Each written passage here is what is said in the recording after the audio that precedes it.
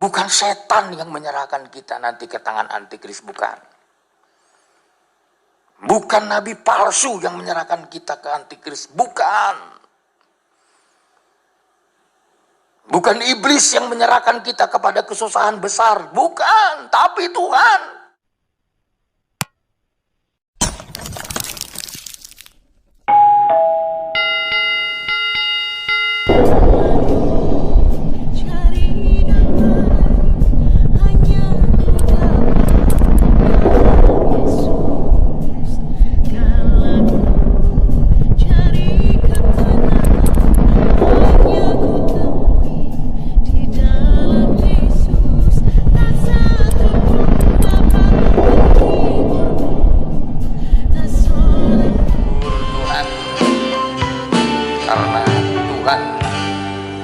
Yang memberi kami kekuatan, karena firman-Mu menolong kami, supaya oleh firman-Mu yang kami pegang, yang kami tekuni, yang kami imani dalam hidup ini mampu membuat kami melewati, sekalipun Tuhan semuanya serba suram, tetapi ketika kami melihat kepada Engkau, Kristus kepala, kami merasakan ada sesuatu pertolongan yang ajaib dan luar biasa.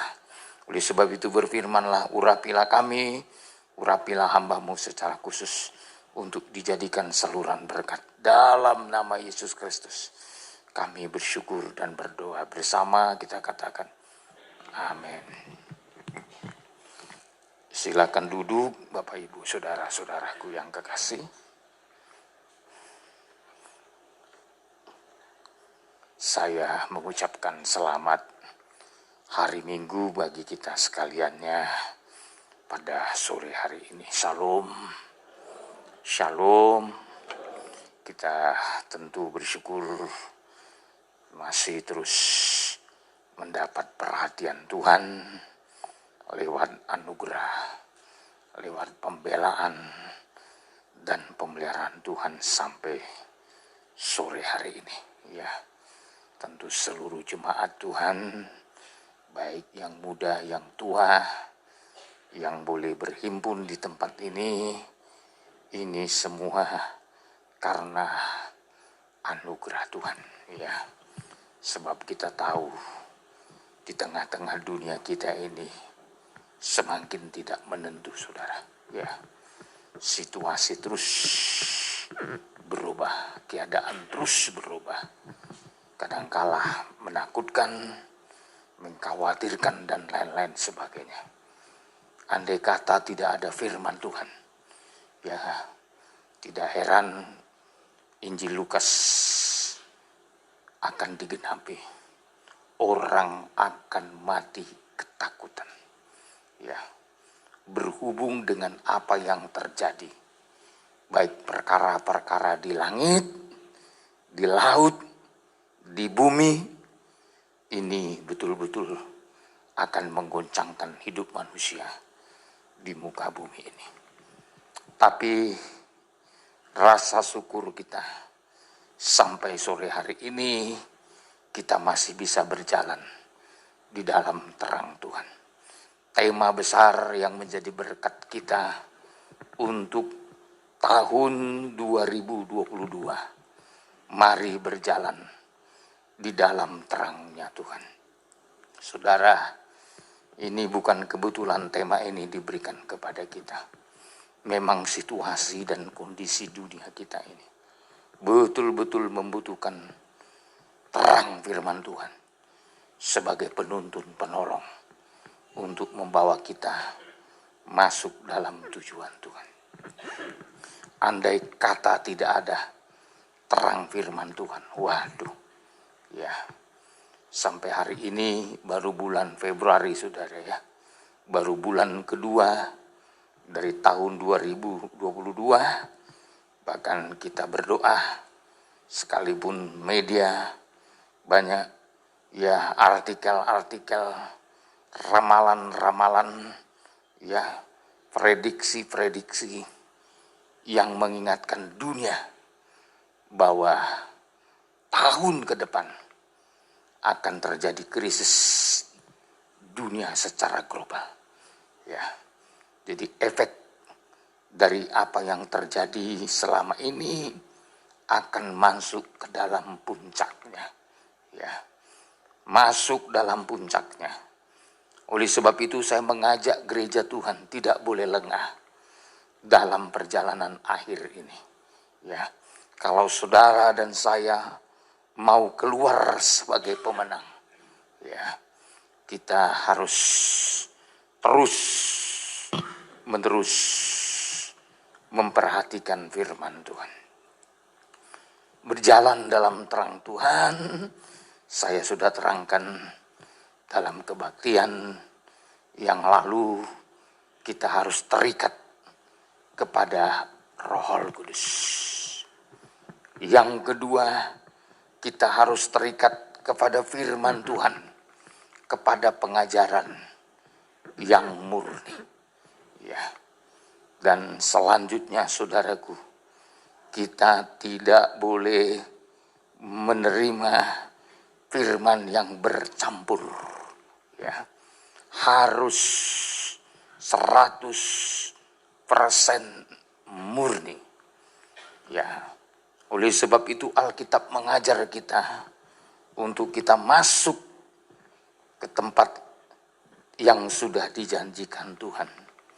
Di dalam Alkitab banyak kali menghimbau kita, terutama berjalan di dalam terang firman Tuhan, berarti berjalan di dalam pengajaran. Itu sebabnya bukan hanya Yesaya yang menubuatkan tentang akhir zaman, orang akan datang berduyun-duyun mencari pengajaran. Ternyata nabi-nabi kecil yang bernama Mika pun mengutip nubuatan firman Tuhan dalam Mika pasal 4 ayat yang pertama. Ya.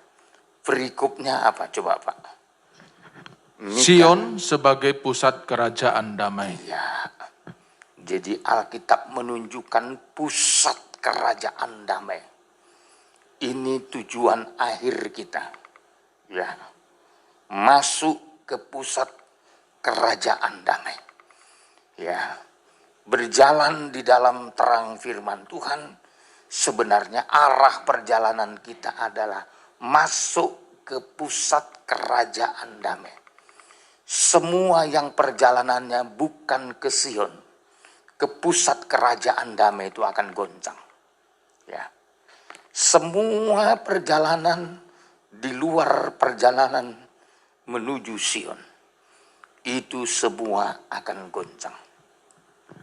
Beberapa minggu yang lalu saya sudah tekankan, Tuhan Yesus pun akhir dan sebelum dia terangkat ke sorga, diarahkan pandangannya ke Yerusalem.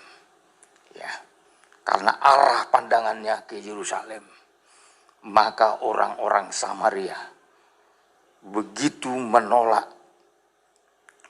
Yesus Kristus karena tidak menyukai pandangan perjalanan menuju Yerusalem. Oleh sebab itu ayat 1 dulu Pak, Mika 4 ayat 1. Ayat 1. Ya. Akan terjadi pada hari-hari yang terakhir. Ya, terus gunung rumah Tuhan akan berdiri tegak mengatasi gunung-gunung. Ya. Dan menjulang tinggi di atas bukit-bukit. Ya, terus bangsa-bangsa akan berduyun-duyun ke sana. Ya, terus. Dan banyak suku bangsa akan pergi serta berkata, Ya. Mari kita naik ke gunung Tuhan, ke rumah Allah Yakub, supaya ia mengajar kita tentang jalan-jalannya, dan supaya kita berjalan menempuhnya, sebab dari Sion akan keluar pengajaran dan firman Tuhan dari Yerusalem. Ya.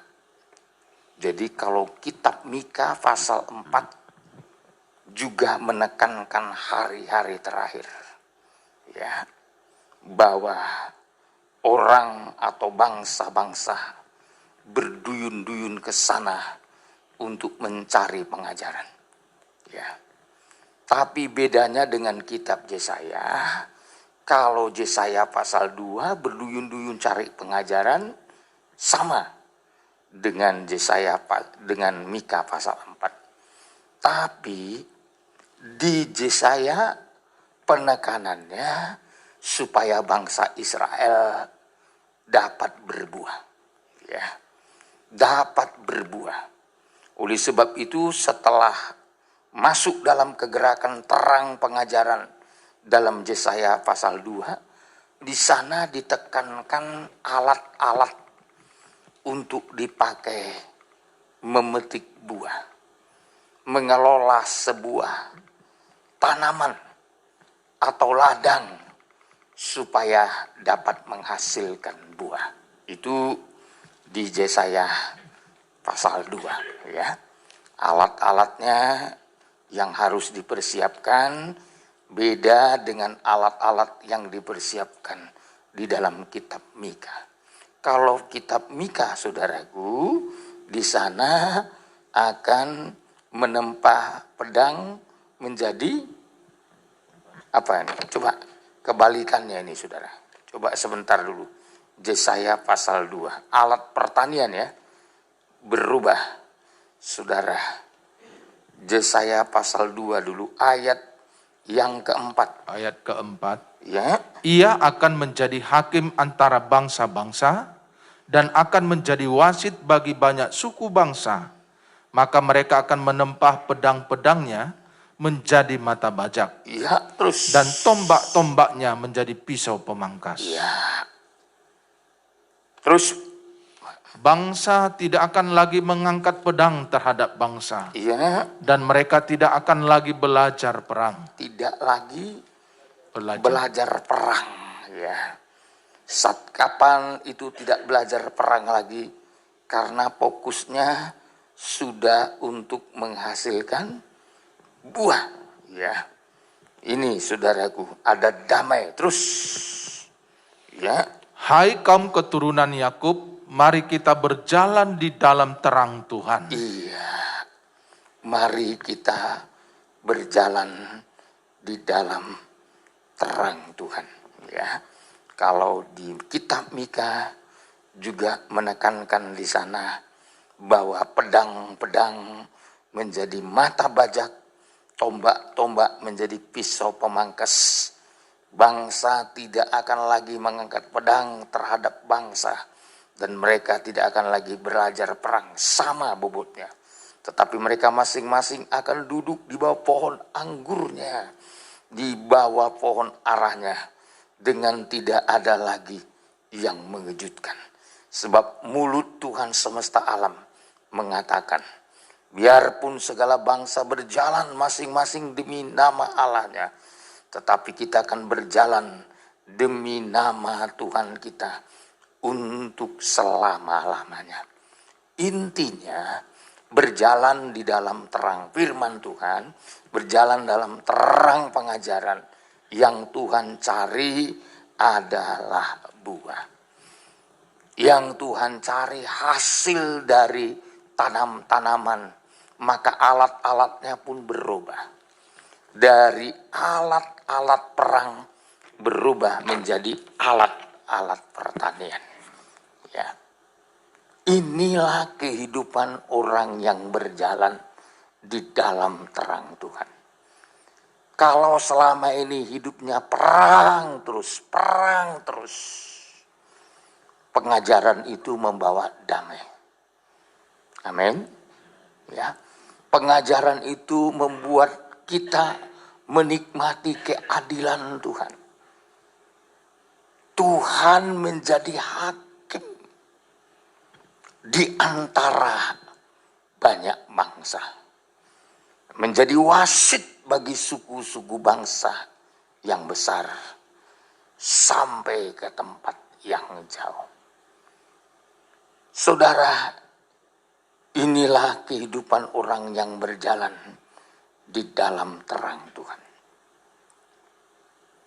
Oleh sebab itu, tidak ada cara lain untuk saudara berhasil mencapai tujuan dan maksud Tuhan, kecuali dengan berjalan di dalam terang firman Tuhan. Maka keterikatan kita dengan Tuhan menjelang kedatangan Tuhan harus keterikatan kepada firman Tuhan dalam pengajaran. Kalau enggak, konyol kita. Tentu pengajaran yang bagaimana yang sangat Tuhan izinkan. Minggu yang lalu saya sudah tekankan. Pengajaran yang murni. Itu yang memampukan saya dan saudara untuk bisa tetap berada di dalam terang Tuhan. Risiko terberat adalah ketika kita tidak terikat lagi kepada pengajaran yang murni. Yehezkiel 4 menubuatkan bahwa kehidupan yang tidak terikat lagi dengan pengajaran yang murni akan dibuang seperti bangsa Israel akan dibuang. Digambarkan dengan makan roti yang najis. Ya. Jadi roti yang najis di sini diberikan satu petunjuk bagaikan roti yang bercampur. Ya. Tuhan mau roti yang sesungguhnya yang dinikmati di dalam persekutuan kita dengan Tuhan adalah roti yang terbuat dari tepung yang terbaik. Kita telah belajar Imamat pasal 24, saudara, dari ayat 5 itu kan. Ayat 5, apa katanya di situ? Ayat 5. Imamat pasal 24 ayat yang kelima. Ya. Engkau harus mengambil tepung yang terbaik. Tepung yang terbaik. Ini roti sajian yang ditempatkan dalam tabernakel itu tepung yang terbaik. Ya. Ini yang dikonsumsi imam-imam. Ya. Ini yang dikonsumsi orang-orang tebusan Tuhan. Ya. Ini yang dikonsumsi orang-orang pilihan Tuhan. Ya. Jadi roti yang dinikmati mereka, terutama setiap Sabat, saudara, itu harus dari bahan baku tepung yang terbaik. Sangat beda dengan Yehezkiel 4 ayat 9. Yehezkiel diperintahkan untuk makan roti yang bahan bakunya bercampur. Ya. Campurannya pun aneh, saudara. Coba kita lihat dulu ayat 9. Ayat 9. Selanjutnya ambillah gandum, jelai, kacang merah besar, kacang merah kecil, jawan, dan sekoi, dan taruhlah dalam satu periuk, dan masaklah itu menjadi roti bagimu. Iya. Ini roti campur, saudara. Tidak murni dari tepung yang terbaik dari gandum. Ada juga dari kacang. Kacang apa katanya? Kacang Merah kecil, merah besar, yang besar, kacang merah besar, kacang merah kecil, kecil, jawan dan sekoi. sekoi. Dan juga taruhlah di dalam satu periuk. Ya, satu adonan. Ya. Jadi biasanya saudara, inilah yang paling Tuhan tidak sukai dalam kehidupan kita. Kalau disebut roti, roti untuk dikonsumsi para imam, dikonsumsi para orang-orang pilihan Tuhan. Itu, saudaraku, letaknya pun ada pada meja roti. Itu murni tulen dari tepung yang terbaik. Tapi kepada Yehezkiel diberikan satu nubuat yang mengingatkan bangsa Israel. Karena makan, tidak lagi memakan roti atau pengajaran yang murni, maka mereka harus dibuang. Ya. Dibuang, dicampakkan. Bukan 1 hari loh. Bukan 2 hari. Ya. 360 hari. Yehezkiel 390, bukan 60 ya, mohon maaf. 390 hari, 1 tahun lebih. Mereka mengkonsumsi yang tidak murni. Resikonya apa? Ya. Coba Yeskel 4 ayat 9. Ayat 9 sekali lagi. Selanjutnya ambillah gandum, jelai, kacang merah besar, kacang merah kecil, jawan dan sekoi, dan taruhlah dalam satu periuk, dan masaklah itu menjadi roti bagimu. Itulah makananmu selama engkau berbaring pada sisimu, yaitu 390 hari. Terus, Dan makananmu yang harus kau makan akan ditentukan timbangannya, terus, yakni 20 sikal satu hari. iya terus, Makanlah itu pada waktu-waktu tertentu. iya terus, Air minum pun bagimu akan ditentukan terus, 1/6 hin banyaknya. Minumlah itu pada waktu-waktu tertentu. iya, Makanlah roti itu seperti roti jelai yang bundar, dan engkau harus membakarnya di atas kotoran manusia yang sudah kering di hadapan mereka. 390 hari mengkonsumsi. Maka saudaraku, saya seringkali mengatakan harusnya makan firman Tuhan setiap hari. Firman Tuhan yang murni. Bukan yang bercampur. Bukan yang dibakar di atas kotoran manusia. Tapi seharusnya dinikmati bangsa Israel roti bundar yang murni, yang tidak ada kenajisan di dalamnya. Tapi di sini jelas sekali saudaraku, dibakar di atas kotoran manusia. Karena ini menggambarkan hidup Israel yang akan dibuang. Itu ayat 13. Ayat 13. Ya. Selanjutnya Tuhan berfirman, Aku akan membuang orang Israel ke tengah-tengah bangsa-bangsa, dan demikianlah mereka akan memakan rotinya najis di sana. Iya. Itu gambaran Israel akan dibuang. Karena apa? Karena mengkonsumsi roti najis. Firman Tuhan yang tidak murni. Saya mau katakan, tak usahkan 390 hari. Satu hari pun jangan beri peluang untuk masuknya yang tidak murni dalam hidup saudara. Ragi menghancurkan. Tidak memerlukan tahunan saudaraku. Coba bikin tape saudara. 3 hari saja. Itu kalau dia terbuat dari ubi itu akan lembek hanya dengan kekuatan ragi. Ya. Ragi itu dapat membusukkan dalam tempo singkat. Kenapa Tuhan Yesus Kristus mengingatkan jangan sampai saudara menerima ragi? Ragi, awas-awaslah, waspadalah terhadap ragi katanya. Karena sifat daripada ragi itu membusukkan. Rohani kita dengan mudah busuk.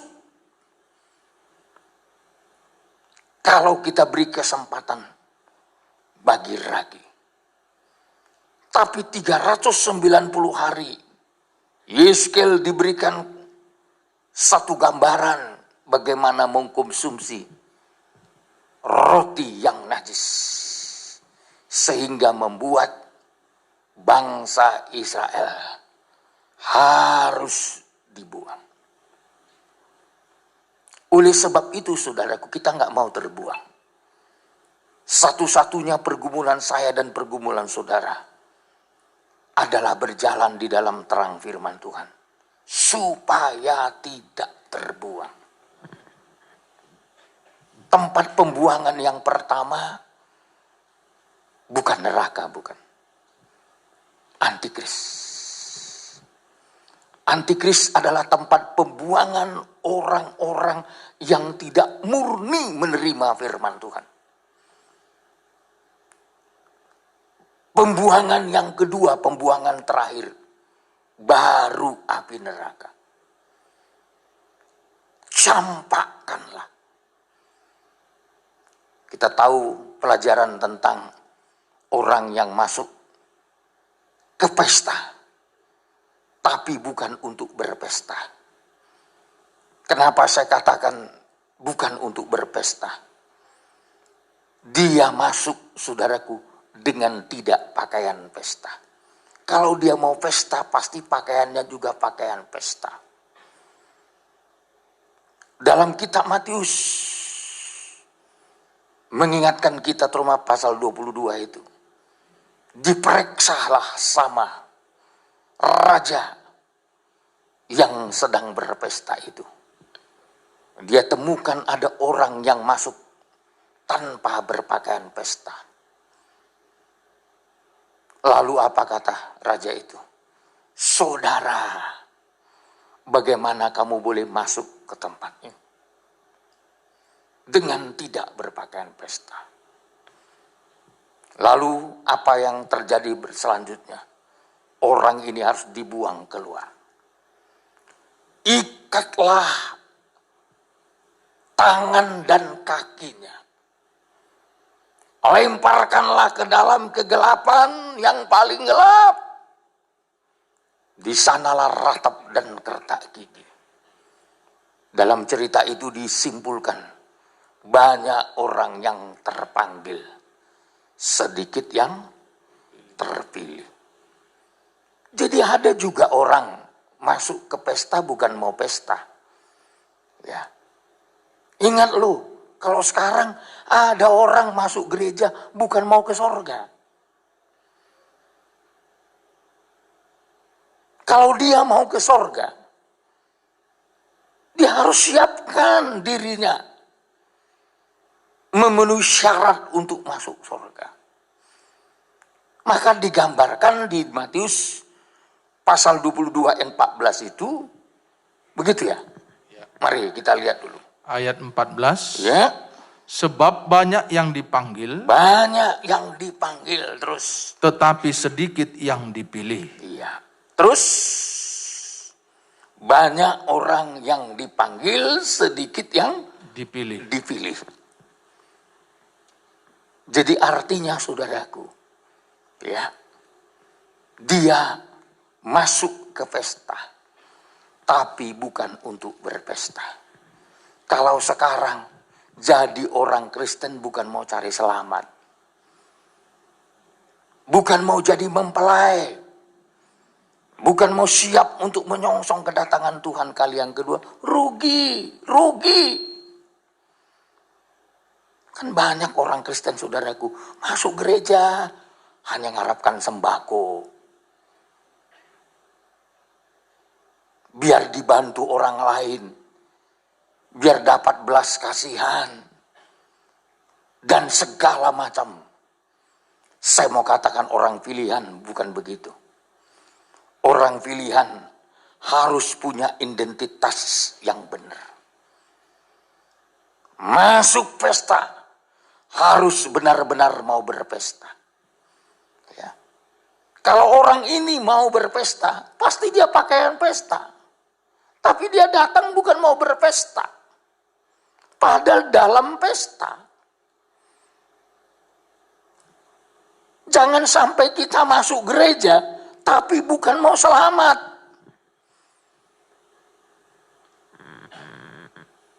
Hanya sekedar anggota jemaat, hanya anggota gereja. Rugi saudaraku. Oleh sebab itu saudara, supaya kita tidak rugi, kita harus punya identitas yang benar di dalam Tuhan. Dengan menikmati firman yang murni, kita tidak akan terbuang. Kalau tidak tercampak. Apalagi mengkonsumsi roti najis itu cukup lama loh. 390 hari. Ya. Maka kita ini kalau disadarkan firman Tuhan, jangan ulur-ulur waktu untuk berubah. Ya. Hari ini kita diingatkan firman. Hari ini ambil keputusan, terima firman yang murni. Ya. Jangan ulur-ulur waktu. Semakin kita ulur waktu, semakin bencana di depan sudah menunggu. Oleh sebab itu saudara, keterikatan kita dengan firman yang murni. Sekali lagi saya mau tekankan, modal kita untuk mempersiapkan kita memiliki janji Tuhan, keselamatan yang pasti. Keterikatan kita dengan pengajaran. Di luar pengajaran, saya berani katakan, Anda tidak mendapatkan pembelaan Tuhan. Sebab kita disebut berkenan kepada Tuhan dalam Yesaya 42 ayat 21. Ketika saudara hidup dalam pengajaran yang besar dan mulia. Coba ayat 21. Tuhan telah berkenan demi penyelamatannya. Amin. Amin. Jadi demi penyelamatannya Tuhan berkenan. Demi keselamatan saya dan saudara, apa yang Tuhan kerjakan? Demi penyelamatan kita. Ini yang Dia kerjakan untuk kita. Untuk memberi pengajarannya yang besar dan mulia. Untuk memberi pengajarannya yang besar dan mulia. Kalau saudara mau selamat, terima pengajarannya yang besar dan mulia. Ini nggak boleh tawar-menawar, saudara. Ya. Sebab apa? Risiko tidak menerima pengajarannya sama risikonya dengan Yehezkiel tadi. Bangsa Israel dibuang setelah 390 hari mengkonsumsi roti yang tidak murni. Setelah makan roti yang tidak murni, efek sampingnya dibuang. Kalau dulu dibuang dari Israel, kalau sekarang pertama dibuang dari persekutuan tubuh Kristus. Dibuang dari ibadah yang benar. Dibuang dari penggembalaan yang benar. Bukan saya yang membuang. Sikap hati kita yang membuat kita terbuang. Saya rasa tak ada gembala yang ingin membuang jemaat. Tapi jangan lupa, yang paling mengerikan, ketika kita tidak menghargai firman Tuhan dalam pengajaran, Tuhan yang membuang. Tuhan yang membuang. Itu ayat 22 terus.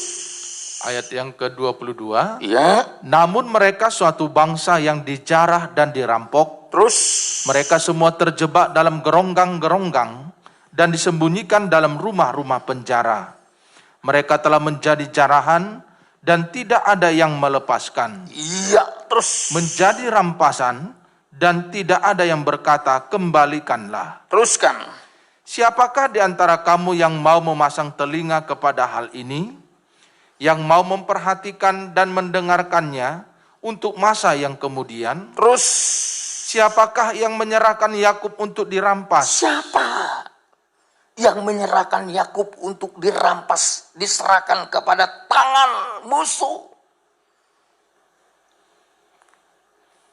Kalau dulu ke tangan musuh, nanti kita ini ke tangan antikris. Ya. Orang-orang yang tidak memperhatikan firman dalam pengajaran. Terus Pak, sekali lagi 24. Siapakah yang menyerahkan Yakub untuk dirampas? Ya. Dan Israel kepada penjara? Terus. Bukankah itu Tuhan? Bukankah itu Tuhan? Selama ini kan orang kalau dibilang Tuhan itu baik. Bikin jempol. Jangan lupa, ketika kita tidak menghargai firman Tuhan lagi dalam pengajaran, kebaikan Tuhan berubah. Tuhan akan bertindak di sini. Siapakah yang menyerahkan Yakub untuk dirampas dan Israel kepada penjara? Bukankah itu Tuhan? Bukan setan yang menyerahkan kita nanti ke tangan antikris, bukan. Bukan nabi palsu yang menyerahkan kita ke antikris, bukan. Bukan iblis yang menyerahkan kita kepada kesusahan besar, bukan. Tapi Tuhan. Kalau Tuhan yang menyerahkan saudara ke tangan antikris, siapa yang bisa menyelamatkan saudara? Kalau Tuhan yang menyerahkan saudara kepada kesusahan besar, kepada siapa saudara bisa berteriak minta tolong untuk mendapatkan jalan keluar? Tidak ada jalan keluar. Maka di sini disebut, bukankah itu Tuhan? Apa penyebabnya? Terus Pak, Sebab kepadanya kita telah berdosa. Stop dulu. Apa penyebab Tuhan tega melemparkan Yakub, melemparkan umat Tuhan?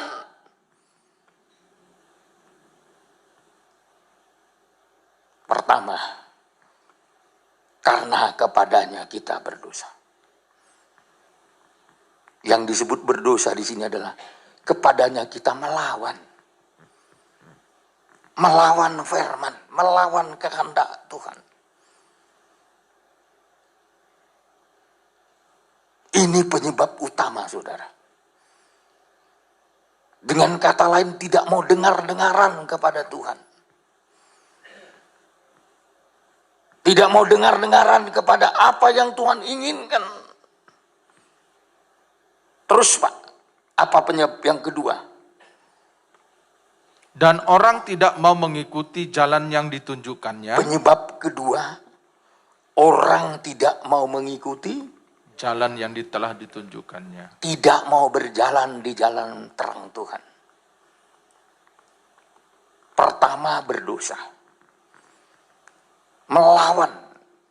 Definisi dosa adalah melanggar. Memberontak. Tapi yang kedua, tidak mau mengikuti jalan yang telah ditunjukkannya. Dengan kata lain, tidak mau berjalan di dalam terang Tuhan. Tidak mau dituntun. Inginnya berjalan sendiri. Menurut maunya, menurut konsepnya, menurut pendapatnya. Menolak pendapat Tuhan. Ya. Salah satu orang yang menolak pendapat Tuhan kan gak mau memperhatikan firman. Ya. Dia memokuskan hidupnya dengan pendapatnya, bukan dengan firman. Orang-orang sesat itu, saudaraku, fokus hidupnya kepada dirinya. Yang dicintainya dirinya, bukan firman. Saya selalu mengingatkan, orang yang cinta diri tidak akan pernah bisa mengasihi orang lain. Mengasihi suami, mengasihi istri, mengasihi anak, mengasihi teman, itu hidup pura-pura saja. Yang sesungguhnya bisa mengasihi Tuhan adalah yang memusatkan hidupnya bukan kepada dirinya sendiri. Saya seringkali berkata, awal dosa adalah jatuhnya manusia, jatuhnya iblis. Karena cinta diri sendiri. Cinta diri sendiri. Maka saudara, orang yang cinta diri sendiri, prakteknya dalam kitab Mazmur 49, saudara tahu. Ya. Gemar dengan perkataan sendiri. kalau nggak pendapatnya dituruti. Jadi jemaat pun nggak mau itu. Makanya nggak usah heran di tempat ini pun, kalau saudara hanya mau pendapatmu dituruti, bukan Alkitab dituruti, gembalamu pun mau kau putar-putar gitu. Ya. Gembala mau diajari gembala, saudara. Makanya saya kalau di jemaat, saya kalau udah lihat kayak gitu, saya tegas, saudara. Daripada dia binasa, daripada orang lain yang dia seret binasa, lebih bagus kita tengking keluar. Kalaupun Tuhan sisakan tinggal satu orang masuk surga, nggak apa-apa. Dari sekian banyak tinggal satu masuk surga. Upah gembala sudah besar di surga. Daripada dipertahankan orang yang mengikuti kemauannya sendiri. Toh dia akan meluncur ke dunia orang mati. Coba perhatikan dulu kitab Kejadian 49. Ini nasib orang-orang. Ayat langsung saja. Mazmur 49. Bukan Mazmur, Pak. Kejadian ya. Kejadian sebentar dulu. Atau Mazmur 49. Ya, ayat 16, Pak. Ayat 16. Ya. Janganlah takut apabila seseorang menjadi kaya, Ya. apabila kemuliaan keluarganya bertambah. Terus. Sebab pada waktu matinya semuanya itu tidak akan ada, tidak akan dibawanya, serta Ya. kemuliaannya tidak akan turun mengikuti dia. Ya. Coba kita lihat dulu Mazmur 49. Mungkin salah tadi. Ayat 13. Ayat yang ke-13 ya. Inilah jalannya orang-orang yang percaya kepada dirinya sendiri. Ya, ini makanya hidup ini jangan bertahan hanya untuk percaya kepada diri sendiri. Ya. Risikonya terlalu berat terus. Ajal orang-orang yang gemar akan perkataannya sendiri. Iya. Ajal orang-orang yang gemar akan perkataannya sendiri. Gimana nasibnya? 15. Seperti domba mereka meluncur ke dalam dunia orang mati. Iya, terus. Digembalakan oleh maut. Iya. Mereka turun langsung ke kubur. Perawakan mereka hancur. Dunia orang mati menjadi tempat kediaman mereka. Ini kalau mempertahankan diri sendiri. Inilah jalannya orang-orang yang percaya kepada dirinya sendiri. Ajal orang-orang yang gemar akan perkataannya sendiri. Kalau bukan perkataannya nggak suka dia. Ya, berkawan pun gitu. Kalau bukan kata-katanya didengar nggak mau dia berkawan.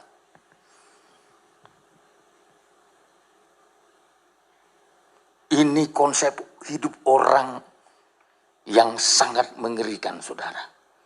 Ya. Kemana mereka ayat 15 tadi? Seperti domba mereka meluncur Ke dalam dunia orang mati. Gak ada yang bisa menahannya ke dalam maut. Gitu. Dan seterusnya digembalakan Oleh maut.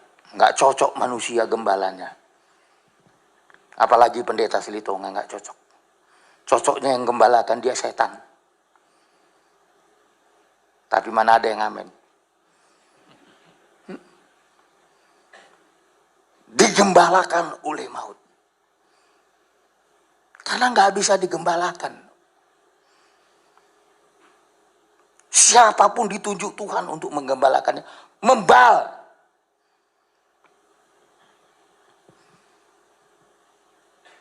Karena dia diperuntukkan digembalakan oleh maut. Ini ajalnya. Orang-orang yang gemar akan perkataan sendiri. Mereka turun langsung ke kubur. Perawakan mereka hancur. Dunia orang mati menjadi tempat kediaman mereka. Makanya kalau dengar firman Tuhan gak usah bikin alasan. Kalau belum kita lakukan, oh Tuhan tolong saya, biar saya bisa melakukan. Gak usah bikin, iyalah, tetapi, kalau. Saya kalau sudah saya nasihati orang, lalu selalu jawabannya, Ya, tapi Pak, nah, kalau udah ada tapinya, itu udah alasan itu. Nasihati lagi, keluar nasihat yang baru lagi. Kalau, kalau nggak tapi, kalau. Ya. Sebenarnya orang yang rendah hati, ya orang yang menjadi domba, orang yang memahami kehendak Tuhan, nggak ada tapi-tapian, nggak ada kalau-kalauan. Ya Tuhan, tolonglah aku. Memang selama ini aku belum mampu melakukannya, tapi dengan Roh Kudus-Mu, saya pasti mampu melakukan. Haleluya. Apa saja yang diperintahkan Tuhan. Kalau belum melakukan, belum mampu lakukan, jangan bantah. Misalkan belum mampu berkorban, jangan berbantah. Misalkan belum mampu membayar perpuluhan, jangan bantah supaya kau diberkati. Kalau kau bantah, kau lawan firman, ingat, bagi Tuhan sebentar aja mencabut kekayaanmu. Bukan 1-2 orang yang saya layani, saudaraku. Sekarang jatuh miskin semua. Yang dulunya bisa kasih 1 tas uang sama saya. 1 tas. Tapi ketika dia mulai berbantah kepada firman, mulai berbantah kepada kehendak Tuhan, mulai tapikan om, tapikan. Ya. Saya juga kalau nasihati pendeta-pendeta, bayar perpuluhan ya, saya bilang sama pendeta kita. Tapi yang nggak bayar pun nggak apa-apa. Jangan kalau kau belum lihat hukuman dari Tuhan, kau bilang nggak apa-apa. Kan banyak juga saudaraku, ke organisasi nggak mau bayar perpuluhan, ya. Padahal kalau ngomong di rapat, suaranya yang mau didengar. Seperti rohani malaikat dari surga yang turun berpakaian putih. Begini saudaraku, begini. Kalau orang Batak di Pabongor suara, ikut sama nodo, baik not. Sini nggak ada itu. Karena sini banyak orang Batak. Kalau di rapat, wah, ngeri kita dengarnya. Ya. Tapi kalau disuruh bayar milik Tuhan, tunggu dulu. Ya. Saya bersyukur sama Tuhan. Ingat saudara, ini perpuluhan gereja kita ini setiap bulan setia lo bayar ini, nggak main-main lo. Ya. Nggak percaya, kau cek ke pusat kita, betul nggak? GBI Tanjung Uban. Ya. Mau sedikit persembahan saudara, kita mencoba melakukannya sesuai dengan kehendak Tuhan. Dan saya yakin Tuhan bisa kasih lebih banyak lagi di hari akan datang. Tapi kita nggak perlu berbantah-bantah. Nggak perlu berkata, tapi. Tapi kan belum untung om. Belum untung makanmu perpuluhkan. 1 kali makan berapa kali gini? 1 kali makan. Hitung. 1, 2, 3, 4, 5, 100 kali. Berarti 10 bukan milikmu. Itu.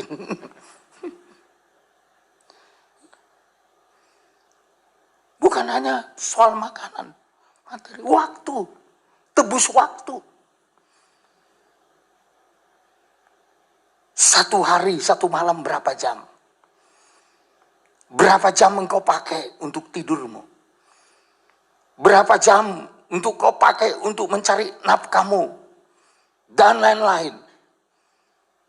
Ya, berikan perpuluhan tentang waktumu. Ini kasih perpuluhan untuk waktumu, nggak ada. Tenaga. Ya. Saya harap nanti ke depan remaja-remaja setiap Sabtu gotong royong tempat ini harus sebersih-bersihnya sampai toilet-toilet sana. Tadi saya lihat, aduh saya prihatin. Seperti rumah kosong ini Tuhan. Kalau Pak Gembala turun bawa kain pel di sini, apa upah saudara di hadapan Tuhan? Bila penting bapak-bapak, ibu-ibu. Ya. Bukan saja debunya dibersihkan. Kalau bisa bilang toiletnya harus harum. Ya. Yang ngerti tukang, betul itu apa namanya, pintu-pintunya itu. Supaya yang wanita, yang pria bisa masuk ke alamat yang tepat. Ya, padahal di situ saya lihat toilet khusus Bapak Gembala. Ya, pintunya udah pada copot. Ya, nggak mungkin saya yang copot itu. Mari saudara, perpulukan waktumu, perpulukan tenagamu, perpulukan hartamu, perpulukan apa yang bisa kau berikan untuk Tuhan.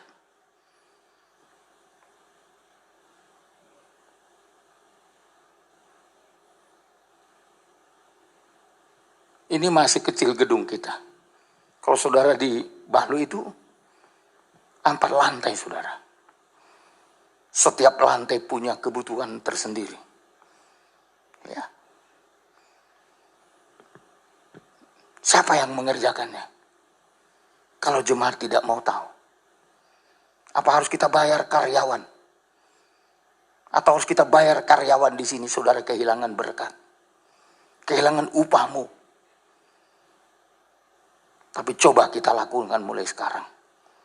Mulai ke depan ini. Oleh sebab itu sekali lagi. Dengan firman pengajaran. Maka 3 poin membuat Yakub dibuang. Berdosa, gak mau ngikuti jalan Tuhan. Dan kepada pengajarannya tidak mau. Coba kembali Pak, ayat 24, Yesaya 42. Yesaya 40, ayat 24. Siapakah yang menyerahkan Yakub untuk dirampas dan Israel kepada penjara? Bukankah itu Tuhan? Sebab kepadanya kita telah berdosa. Dosa terus. Dan orang tidak mau mengikuti jalan yang telah ditunjukkannya. Terus. Dan kepada pengajarannya orang tidak mau mendengar. Pada pengajarannya mereka tidak mau mendengar.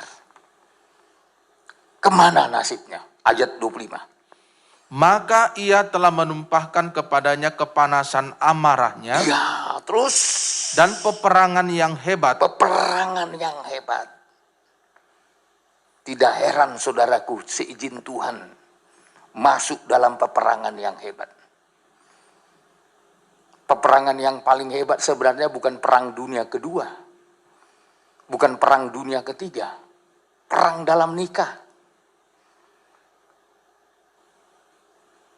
Menurut penelitian, korban peperangan nikah jauh lebih banyak dibandingkan korban peperangan dunia kedua.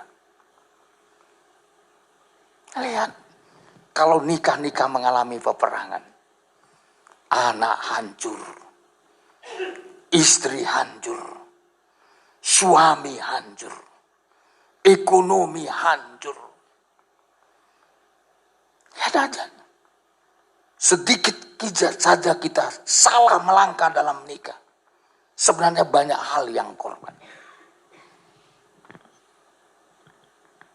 Jangan korbankan ekonomimu, usahamu, karena peperangan. Jangan korbankan anakmu, istrimu, suamimu karena peperangan.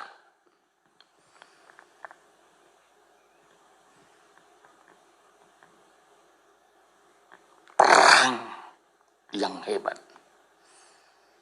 Terus Pak.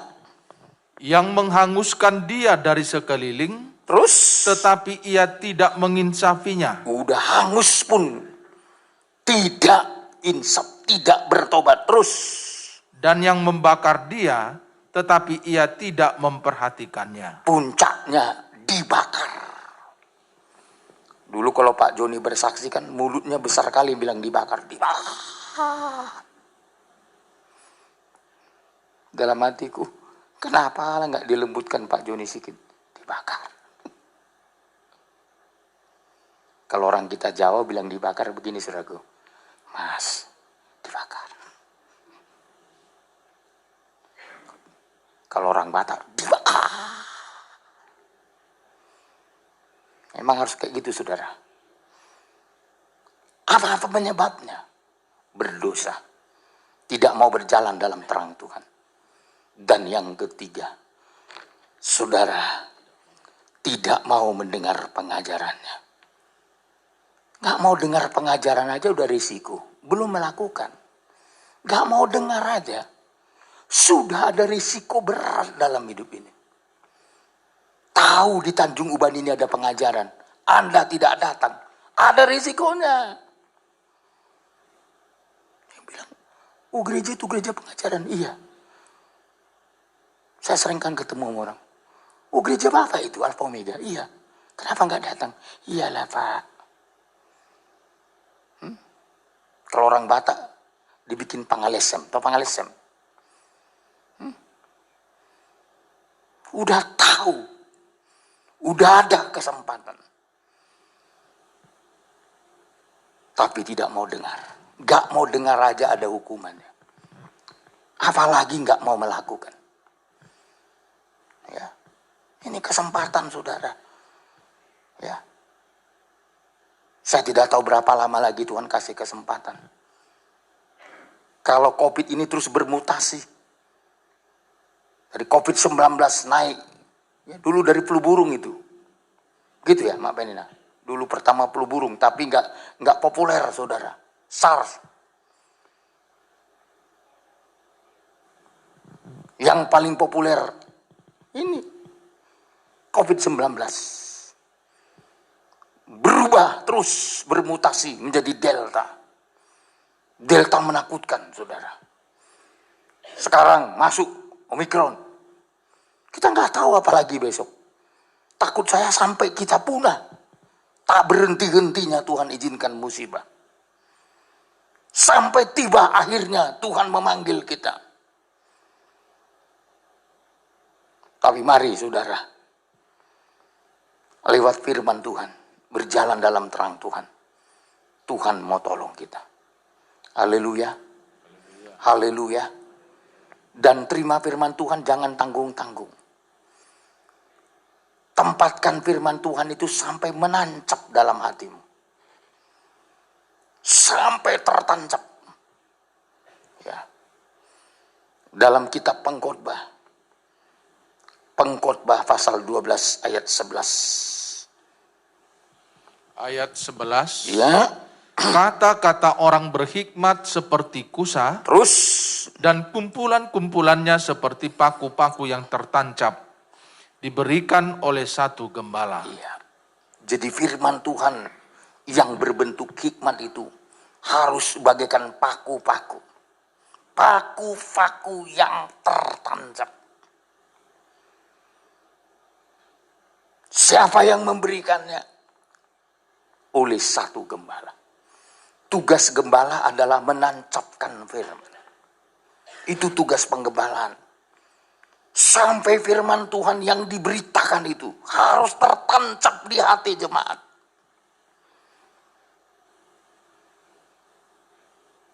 Biar jemaat bisa berjalan di dalam terang Tuhan. Gak gampang ya membuat firman Tuhan sampai tertancap. Banyak waktu, pengorbanan dan tenaga. Ya. Saya mau menancapkan firman Tuhan ke anak sekolah minggu. Butuh waktu. Ya. Sekarang anak-anak sekolah minggu kita telah berubah menjadi pemuda, remaja. Ya. Saya senang melihat mereka sekarang. Baik yang ada di Tanjung Uban. Sekarang coba lihat. Ya. Posisi-posisi generasi yang tua. Sudah mulai diganti dengan yang muda-muda. Baik pemain musik, pelayanan dan lain-lain. Ya memang itu namanya regenerasi. Itu baik saudara. Ya. Harus ada kaderisasi saudara. Ya. Maka yang muda-muda juga saya nasihati. Hargai kepercayaan Tuhan yang Tuhan berikan. Ya. Dan saya harap ke depan di sini pun semua. Ya, baik dalam waktu dekat mungkin ya. Karena saya harus banyak bergumul juga tentang waktu dan kesehatan. Mungkin nanti lain kesempatan Tidak selamanya saya langsung tatap muka di sini, mungkin lewat Zoom ya dan lain-lain. Tapi kan diperlukan dulu tenaga yang skill ya, baik untuk memainkan kameranya ya, untuk mengatur sound systemnya ya, sehingga semua ya, mungkin ini pun kita ganti nih apa ini namanya yang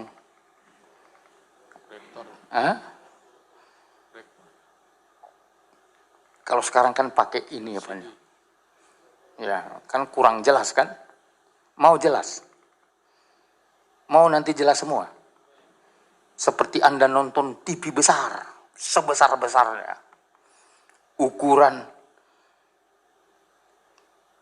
6, 1, 2, 3. Ya, kalau sini cocok 3 meter lah ya. 3 kali 2. Ya, biar besar saudaraku. Ya, tapi butuh uang 100 juta. Nah, ini yang berat uang ini. Ya, tapi kalau saudara punya beban, ya nanti sampai kita punya itu. Jadi penyanyinya pun sudah seperti apa itu namanya, ya, WL song leadernya pun ini, ya, ini belum selesai juga ini mic-nya ini. Tiap kali saya lihat ini bekarat ini, kapan diganti? Kalau bisa minggu depan harus kita ganti nih semua. Haleluya. Nah, tapi dari saya satu dulu, yang lain dari saudara semua. Ya, nanti hari Minggu saya bawa. Ya, biar nyanyinya pun enak. Ya. Kalau ibu Mei kita saya lihat nyanyi, waduh, kalau begini semua dibarengi dengan dibarengi dengan sound system yang baik, dengan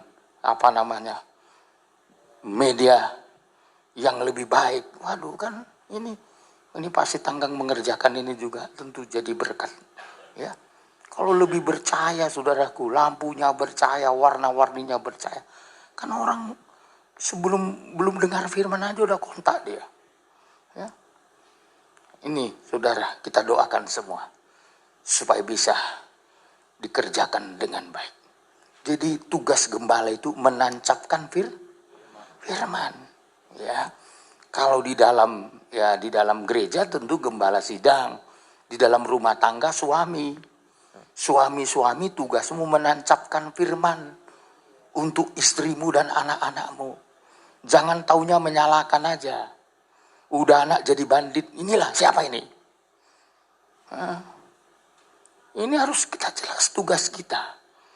Menancapkan firman. Ya. Kalau kita tancapkan bagaikan menancapkan paku. Ya. Itu dipukul. Masuk dia itu paku. Ya. Setelah masuk paku itu, masuk. Nanti anak-anak kita bertumbuh dan berbuah menjadi anak-anak yang baik. Haleluya. Nggak susah saudara cari berkat, mereka pasti diberkati. Yakinlah saudara. Nggak susah saudara cari pekerjaan untuk mereka. Tuhan yang buka jalan untuk pekerjaan mereka. Nggak susah saudara menyiapkan modal. Tuhan menyediakan modal untuk mereka. Jadi jangan takut anak kita jadi miskin di kemudian hari. Asal mereka menerima firman Tuhan yang tertancap, yang ditancapkan oleh gembala. Saya yakin berkatnya luar biasa. Haleluya. Tuhan buka jalan. Dan kalau itu terus ada pada kita, saya yakin kita menjadi gereja Tuhan yang mantap. Inilah yang dilakukan oleh Abraham. Kenapa dia sukses masuk ke tempat yang dijanjikan Tuhan? Pertama, karena hatinya tetap teguh kepada firman Tuhan. Yang kedua, ya, dia selalu percaya kepada si pembuat janji itu. Itulah Tuhan. Dan yang ketiga, dia percaya dan menghargai bukti-bukti yang Tuhan kerjakan. Teguh, percaya kepada si pembuat janji. Dia bukan hanya percayakan janji Tuhan, tapi si pembuatnya pun dia percayai. Dia bukan akan sekedar melihat bukti, tapi dia hargai buktinya. Saudara boleh belajar kitab Roma pasal 4 ayat 17, 18, 19, 20, 21 sampai 24. Itulah karakter yang dimiliki oleh Abraham, Bapak kita. Dan kalau itu ada pada kita semua, saya yakin kita pasti sukses. Haleluya, haleluya. Tidak perlu terlalu takut dengan semua yang terjadi, tapi bersama dengan Tuhan, saudara dan saya bisa menang. Kita tutup Alkitab kita sampai di sini. Kita bersyukur kepada Tuhan. Kita berterima kasih kepada Tuhan. Tuhan itu baik. Tuhan itu peduli akan keselamatan kita. Mari kembali kita mengucap syukur kepada Tuhan. Kita tetap katakan, Kau segalanya bagiku. Kunaikkan syukur padamu dengan segenap hatiku. Aba Bapa, ku mengasihimu. Haleluya. Kita bersyukur sama Tuhan. Haleluya.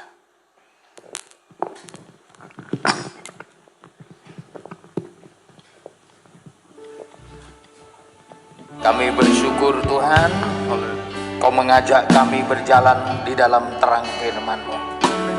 Ketika kami berjalan dalam terang firman-Mu, kami akan menikmati seperti apa yang Engkau sudah janjikan kepada Abraham. Dia bisa berdiri teguh, tetap teguh, sekalipun situasi tidak mendukung. Bahkan dia mempercayai si pembuat janji, bahwa janji yang diberikan Tuhan tidak bisa diingkari. Bahkan selanjutnya Engkau berikan bukti. Kami yakin Tuhan, bersama dengan Engkau, dengan firman-Mu, melalui kami berjalan dalam terang firman-Mu, kami pasti berhasil. Amin. Bukan hanya kami, nikah, rumah tangga anak-anak kami, pekerjaan dan usaha, kami mendapat pembelaan khusus dari Tuhan Yesus Kristus. Aku serahkan seluruh jemaat dalam tangan Tuhan. Berkaryalah Engkau di dalam hidup mereka. Topangkan tangan-Mu untuk memberkati dalam setiap perjalanan hidup mereka, dalam pekerjaan, dimanapun mereka berada. Buka jalan. Situasi yang tidak mungkin Tuhan buat, karena Engkau menyediakan yang terbaik bagi kami sekalian. Aku serahkan semua dalam tangan-Mu Tuhan.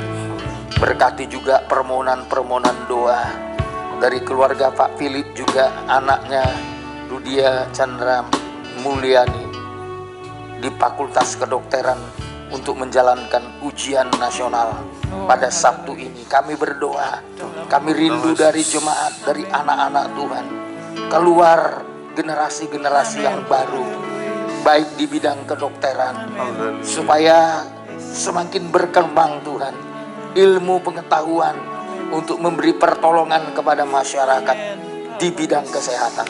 Kami berdoa khusus dari tempat ini, berikan Roh Kudus, berikan kepintaran, kebijakan, hikmat dari Tuhan dalam nama Yesus Kristus, sekaligus penghiburan bagi orang tua dan kami sebagai jemaat diberkati oleh Tuhan. Untuk yang lain Tuhan, yang mungkin sedang membuat permohonan pekerjaan atau melanjutkan perkuliahan, kami berdoa semuanya berjalan dengan pertolongan Tuhan. Kami juga tetap menyerahkan semua jemaat-Mu dalam pembelaan Tuhan.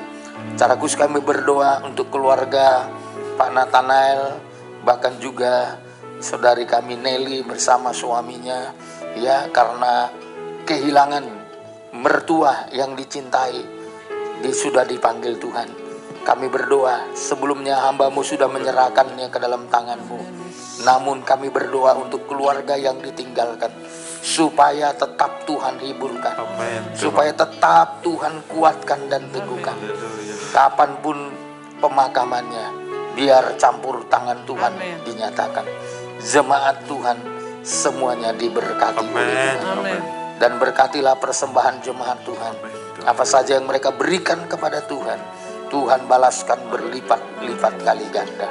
Waktu, tenaga, harta, hati, pikiran, perasaan untuk kemuliaan bagi nama Tuhan. Dan akhirnya Tuhan, kami mau tinggalkan tempat ini dengan menerima berkat. Saudara-saudaraku, kita terima berkat Tuhan. Kasih karunia dari Tuhan Yesus Kristus, cinta kasih daripada Bapa Surgawi, dan persekutuan dari kuat kuasa Roh Kudus menyertai, memberkati saya dan saudara sekarang dan sampai selama-lamanya. Kita adalah keluarga Allah, satu dalamnya, satu pengajaran, satu di dalam ikatan kasih membelah. Kita keluarga Allah, kita keluarga Allah, kita keluarga